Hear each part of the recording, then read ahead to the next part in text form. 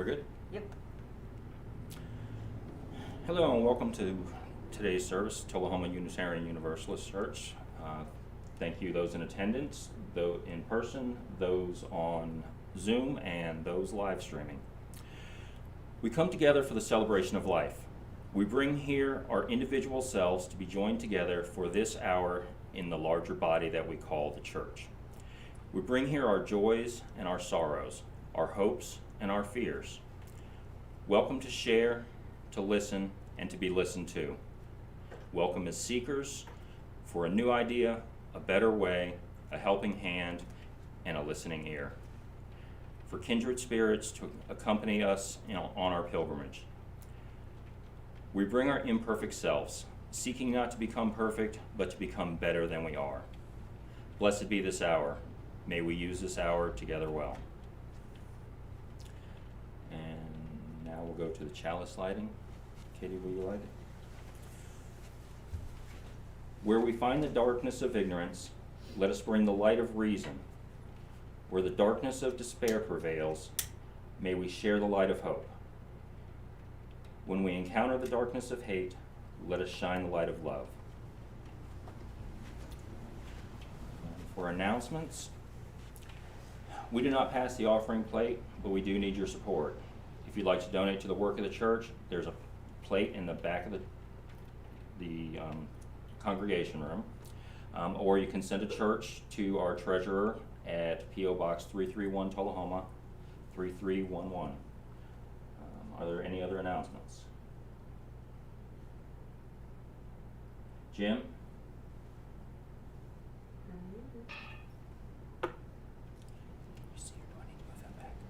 You're muted, Jim.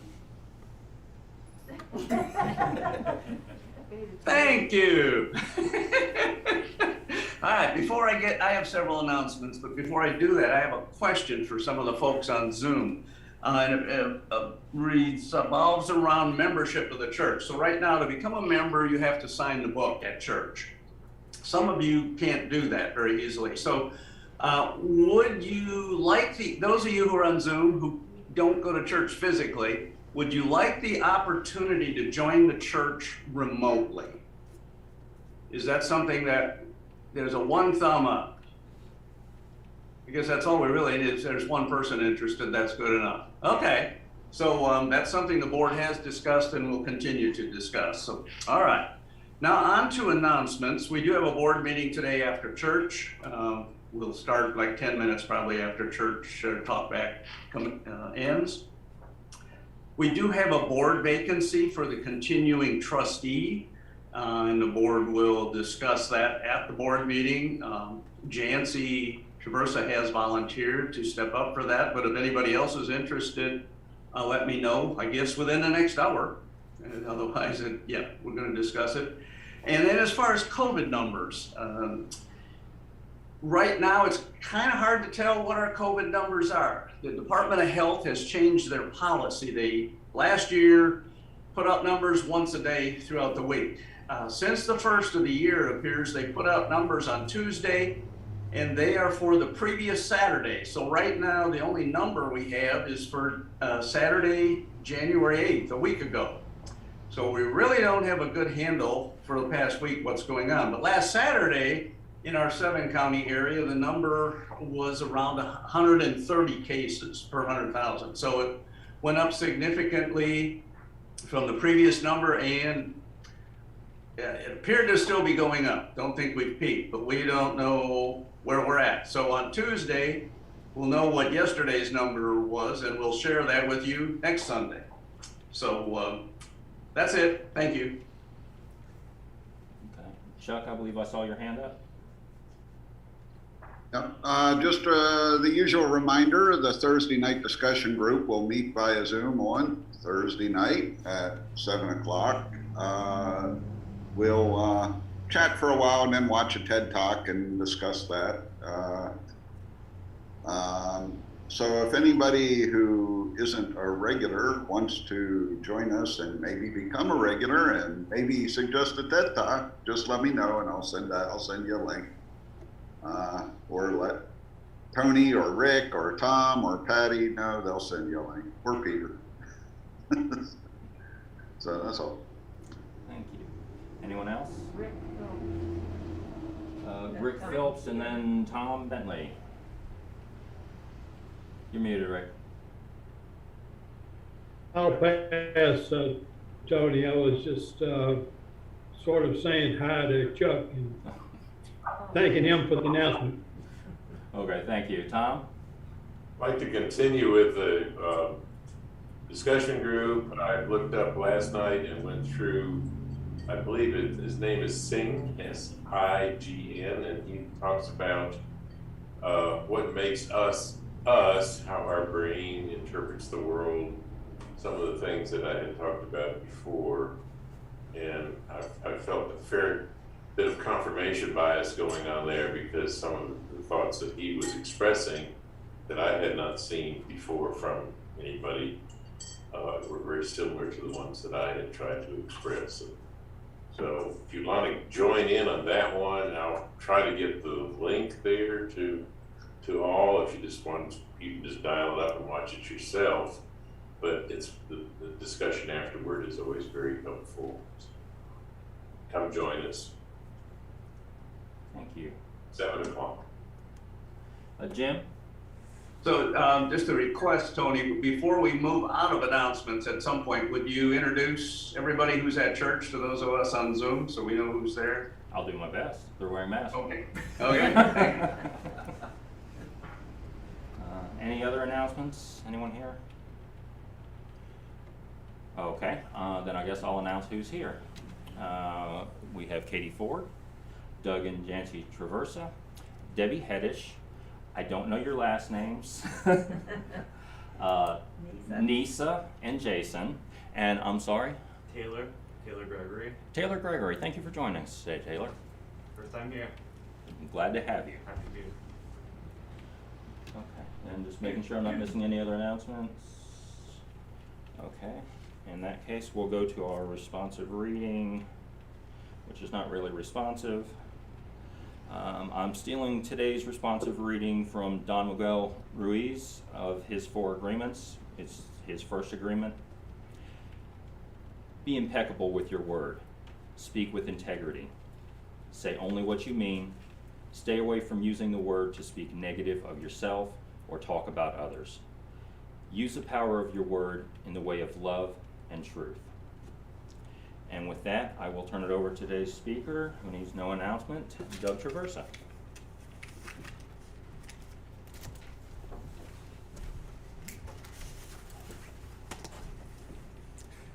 Well, this is my first sermon doing Zoom from the church, so another historic milestone has occurred. Congratulations to all of you for being here.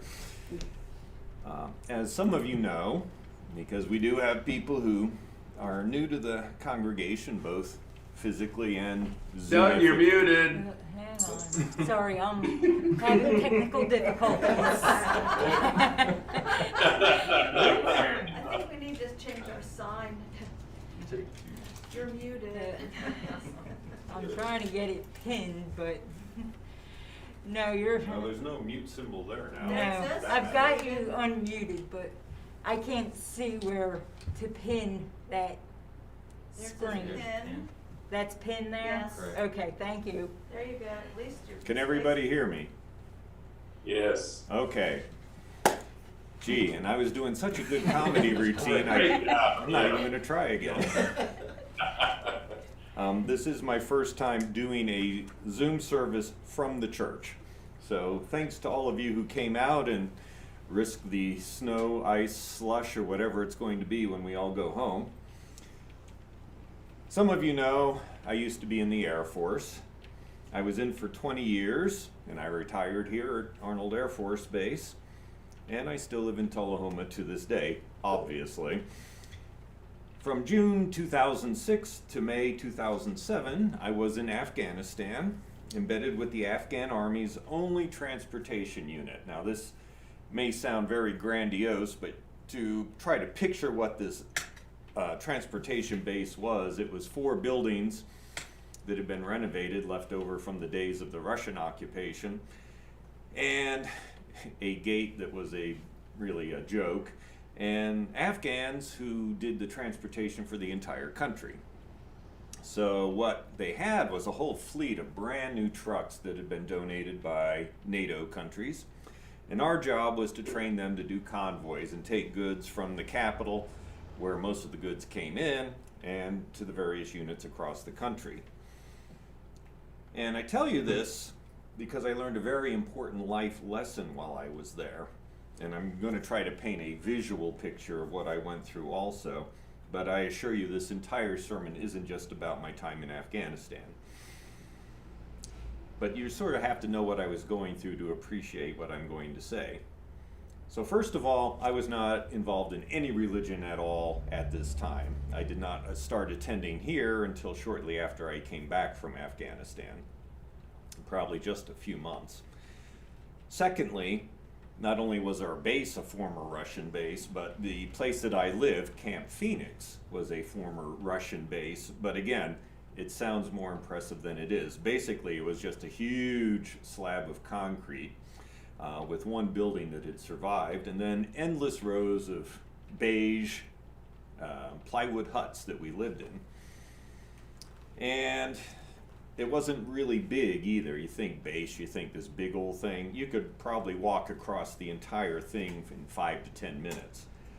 It was in the northeastern side of Kabul, the capital of Afghanistan, and we had several multi-story buildings right outside the gate, like 6, 7, 8 stories tall, which would have been perfect spots for snipers. So every time you even walked around this base, you just wondered what bad thing might happen.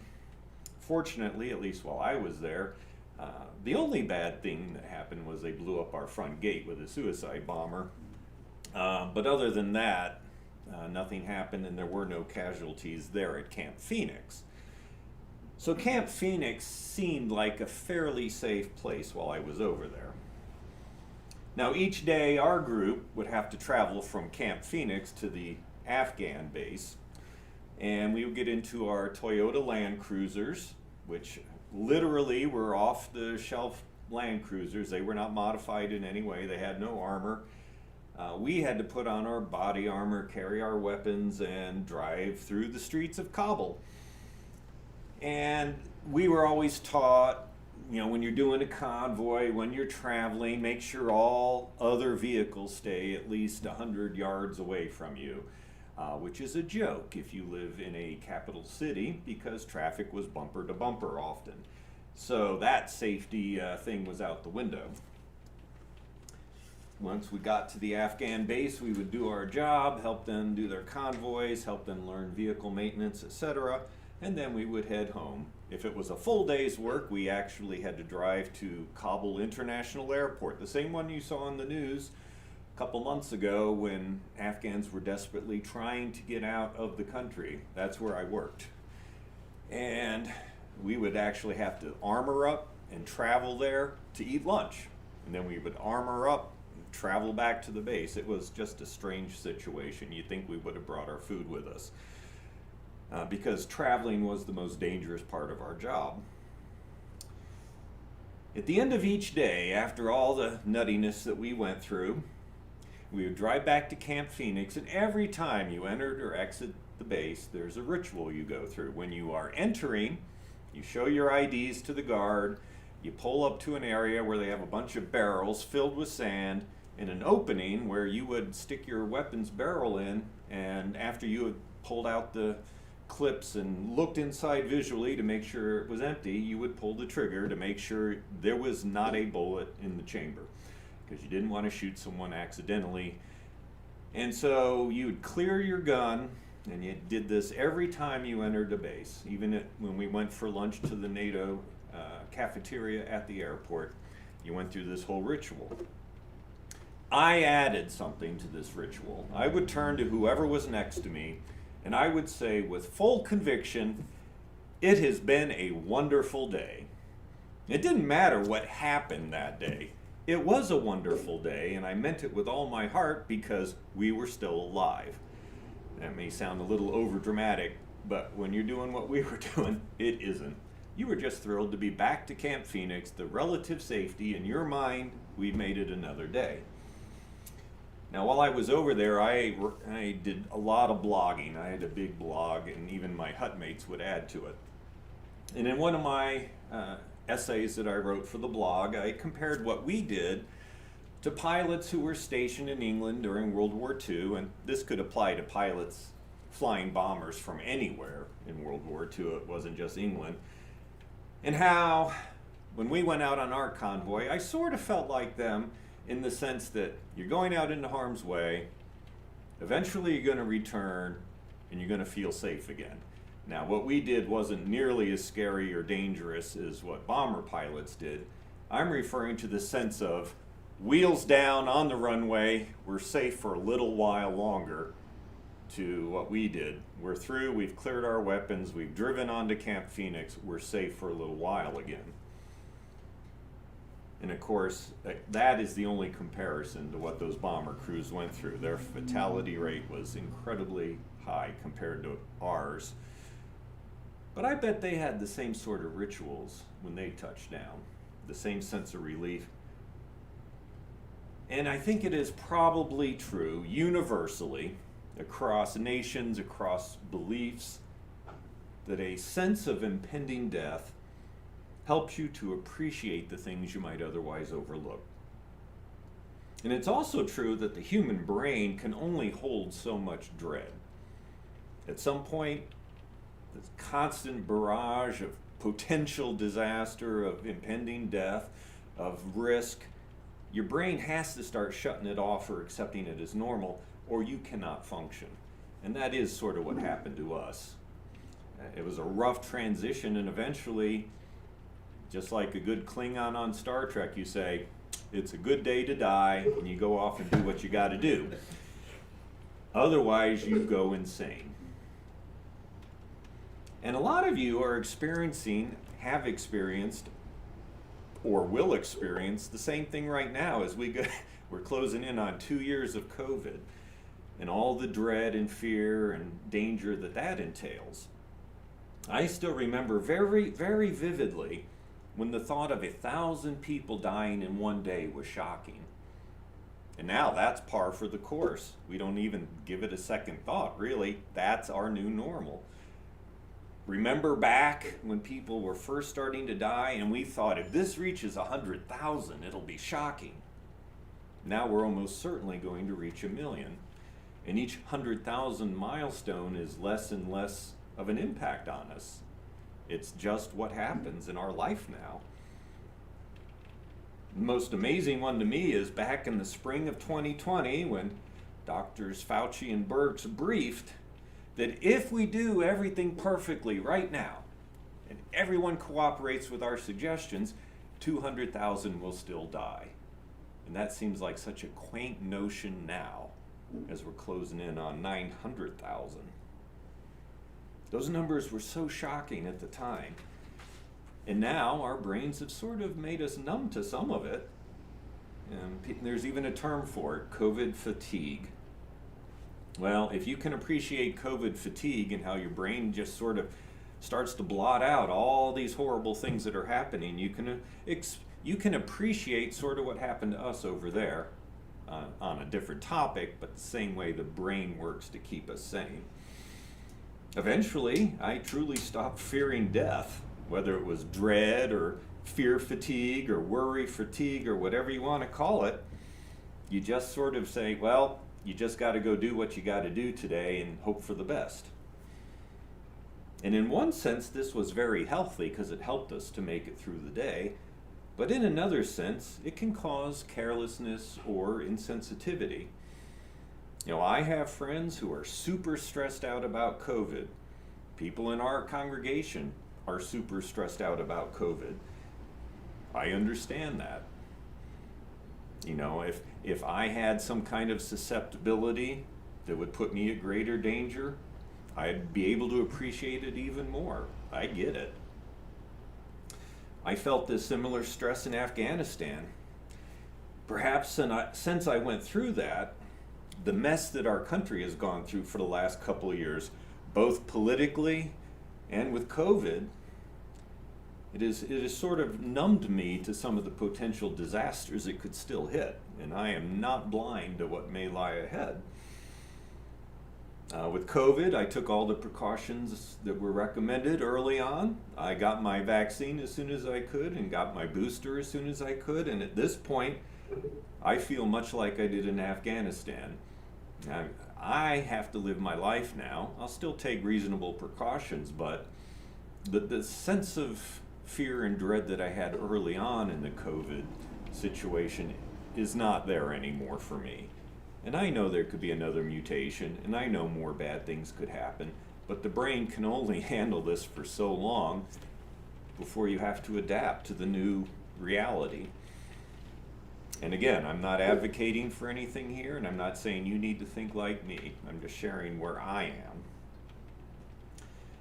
And so, in Afghanistan, after I managed to get back to Camp Phoenix and come to grip with the fragility and fleetingness of life, and I was in a country where you saw the marks of civil war, Russian occupation, etc. Everywhere you turned. Rare was the building that didn't have bullet holes in it or damage of some sort. And yet, you could look around and see people who had pressed on with their lives. People who were lucky to have a few hours of electricity a day, and yet they did all the things we do. Shop for food, make meals, eat together as a family, go out and enjoy a beautiful day. We often passed, as we went to work, groups of little girls in black outfits with white scarves going to school, which we knew they hadn't been allowed to do a few years earlier. People pressed on. One of the greatest joys in the Afghans' lives at that point was watching a TV show, which I've shared with some of you before, but in the evenings, if they had power, they could watch a show from India. India had a huge influence, called The Mother-in-Law Used to Be the Daughter-in-Law, and lo and behold, it was a soap opera. And that was as important to the people there as whatever the biggest TV show here is, whether it's America's Got Talent or whatever else people have to watch. That was the thing. And these are people barely struggling to get by, trying to dig out of years and years and years of war. And that brought them an incredible amount of joy. Their resiliency was amazing. So if things go badly here, and they may well, I will feel sadness, but I also know that what we are experiencing is what so many others in the world live right now, and have lived for many, many years. And somehow we too will press on. It won't be the world we know today, perhaps, but we will press on. If you're wrestling with dread and fear of what the future may hold, we are going to press on somehow, some way. And we will find joy in the strangest, smallest things, perhaps, that we've overlooked right now. Which is sort of the point of this sermon. When I was in Camp Phoenix and I had gotten back, the littlest things brought me incredible joy. Going to the chow hall with my hut mates, picking up the Stars and Stripes, the military newspaper, every day that they had stacked there for us to read. Spreading out the paper, eating our food, sitting together. It was amazing. It was wonderful. Oftentimes we could manage to get up a soccer game there and play against the Romanians or the French and have international soccer matches. It was amazingly fun. Such joy in the middle of knowing that the next day you might get attacked. And you just focused on the good things, and things that might seem mundane became marvelous. And as so often happens, as I was working on this sermon, I was reading something unrelated that says, put me in your sermon. And so I was reading a book called The Zen Teachings of Homeless Kodo by Shohaku Akamura. And he tells the story of his life in his early 20s. He was sent by his Zen teacher to Massachusetts to set up a Zendo and teach Zen to Americans. And he went with 2 other monks. So these 3 young men We're going to go to a foreign nation and set up a Zendo to teach Zen Buddhism to people who had probably never been exposed to it before. We supported our practice with our jobs, he writes, including working as janitors at a tofu factory. At the time, I didn't have a driver's license, so leaving the Zendo after lunch, I walked an hour to the nearest town, and then I hitchhiked about 20 miles to a larger town where the factory was. I worked from 4 to 10 p.m. and slept on a pile of soybean bags in the factory, and the next morning I hitchhiked back and returned to the Zendo a little before noon. It took me 24 hours to work for 6 hours. One winter day, I woke up at the factory in the morning and started to walk towards the edge of town where I could hitchhike. Everything was covered in snow, and it was quite cold. I wasn't particularly depressed, but I was tired. And I thought, what am I doing here? Why do I have to do such a silly thing to be a janitor at a tofu factory in the U.S.? I came from Japan to establish a place to practice Zen Buddhism. Only a few Americans even know we're here. This is not only hard, it's ridiculous. It might be better to go back to Japan and continue the practice. Or I might go to a big city and practice at a large Zen center with more Americans. But another part of myself argued, this isn't foolish at all. What I'm doing is not just being a janitor at a factory to make a little money. I am part of the stream of Buddhism coming to the West. Everything I'm doing for the sake of the Dharma. In ancient times, many Buddhist monks suffered greater hardships. If I can't make it through this, then wherever I go, I'll just have the same problem. Stop complaining and just do it. Walking on the snowy street, I was arguing back and forth with myself. When I arrived at the intersection where I could hitchhike, I went into a shop and ordered coffee and a donut. An elderly waitress brought them to me and said, "Smile, it's a beautiful day." I guess my face wasn't cheerful. I looked out the window. There was a beautiful blue sky. I hadn't noticed it while I was walking and thinking. I realized nothing was lacking at that moment. A cup of hot coffee and a donut and a warm coffee shop under a beautiful sky were all I needed. Now these insights, these appreciations for what you have at the moment, are not exclusive to a Zen monk or someone in a war zone. It's easy to let the negative stuff in our lives blind us to the good that surrounds us. And I might add, very simple, basic good things that we just take for granted. No matter who we are or where we are, the future is not certain. And there is something around us right now to be thankful for or to appreciate, even in that uncertainty. With all the bad things that have happened over the last couple of years, it is easy to lose hope. To spend hours reading bad news, or as they call it, doom scrolling down your iPad or your phone, reading bad story after bad story, to just dread what's coming tomorrow. It is far more healthy to focus on the good you do each day. You may think it is small, but it is not. Or maybe it is, but then so is everything else. Think about this. You might be doing the most impactful thing on planet Earth right now. But in the scale of the vast universe, it's nothing. And yet from the perspective of the people living here, it could be vastly important.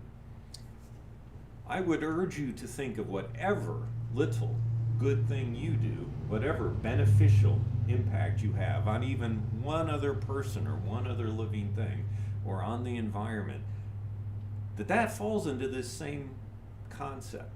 On one hand, it may seem very tiny, and on the other hand, vastly, vastly important. It's a matter of perspective. I have shared many times, and I truly believe, and if there's such a thing as faith in my life, it is this. And the common Buddhist teaching that when you do good, because there is no separation between you and everything else, if you do good, if you cause benefit, You are not the one doing it, but rather the universe. When you do good, the universe does good. If you cause harm, you're causing the universe to cause harm. There is a connectedness. And that's not meant to sound terribly mystical or terribly incomprehensible. It just is. So in an infinite universe, everything is small in one sense, and yet everything is vastly, vastly important. That's how I live my life. So do not lose heart. The world is a scary place sometimes, especially right now for us who in America have had relative peace and security compared to a lot of the world. There's a lot of stress, there's a lot of dread. Don't let that conquer you. Whatever good you manage to do, I firmly believe the universe does it. Your goodness, your kindness, your compassion are universal goodness, kindness, and compassion. Perhaps this might help some of you in these troubled times. I find it highly inspirational. So my best wishes to all of you in these crazy days that may lie ahead. Thanks again for those of you who risked the bad weather and came in here in person. I also wanted to welcome Taylor. He's a friend of ours from the Sunday school class we go to at First Christian, and delightful to have him with us. And we move on to closing this part and then going on to our discussion. So thanks for being here one way or the other.